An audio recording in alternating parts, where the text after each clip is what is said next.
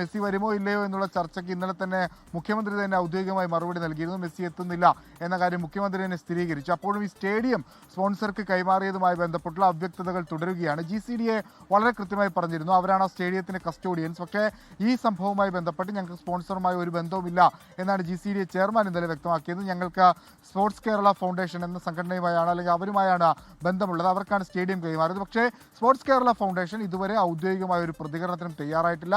മന്ത്രിയാണ് അതിന്റെ ചെയർമാൻ. പക്ഷേ മന്ത്രി ഇത്തവണ ഈ ഒരു തരത്തിലുള്ള പ്രതികരണത്തിനും എന്താണ് കരാറ്, എത്ര രൂപക്കാണ് കരാറ്, എത്ര നാൾ വരെയാണ് കരാർ എന്ന കാര്യത്തിലൊന്നും ഒരു വ്യക്തതയും വരുത്തിയിട്ടില്ല. അപ്പോൾ അത്തരത്തിലുള്ള പ്രതികരണങ്ങളൊക്കെ ഉണ്ടാകുമോ എന്നുള്ളതും ഏറെ ചർച്ചയായിരിക്കും. കോൺഗ്രസും ഇത് രാഷ്ട്രീയമായി തന്നെ നേരിടാനുള്ള തീരുമാനത്തിലേക്ക് എത്തിയിരുന്ന പ്രതിഷേധങ്ങളൊക്കെ ഇന്നലെ കണ്ടതാണ്. ഇന്ന് ഇതിന്റെ തുടർ പ്രതികരണങ്ങൾ ഉണ്ടാകും. കോൺഗ്രസിന്റെ പ്രതിരോധങ്ങളെ അല്ലെങ്കിൽ പ്രതിഷേധങ്ങളെയൊക്കെ ശക്തമായി പ്രതിരോധിക്കാനാണ് CPIM-ന്റെ തീരുമാനം. അങ്ങനെ ജില്ലയിൽ ഒരു കോൺഗ്രസ് CPM രാഷ്ട്രീയ തർക്കത്തിലേക്ക് കൂടി സ്റ്റേഡിയം വിഷയം മാറിയിട്ടുണ്ട്. ഒപ്പം മുഖ്യമന്ത്രി പ്രഖ്യാപിച്ച പദ്ധതികളുമായി ബന്ധപ്പെട്ട രാഷ്ട്രീയ പ്രതികരണങ്ങളും കൊച്ചിയിൽ നിന്നുണ്ടാകും. VD സതീശൻ അടക്കമുള്ള ആളുകൾ കൊച്ചിയിലുണ്ട്. ക്രിസ്റ്റീന, ലോകത്തെവിടെയായാലും ഏത് സമയത്തും 24 വാർത്തകളും ഓഗ്മെന്റഡ് റിയാലിറ്റി പാക്കേജുകളും എക്സ്പ്ലെയിനറുകളും വിശദമായി കാണാൻ ഞങ്ങളുടെ YouTube ചാനൽ നിങ്ങൾക്ക് സബ്സ്ക്രൈബ് ചെയ്യാം.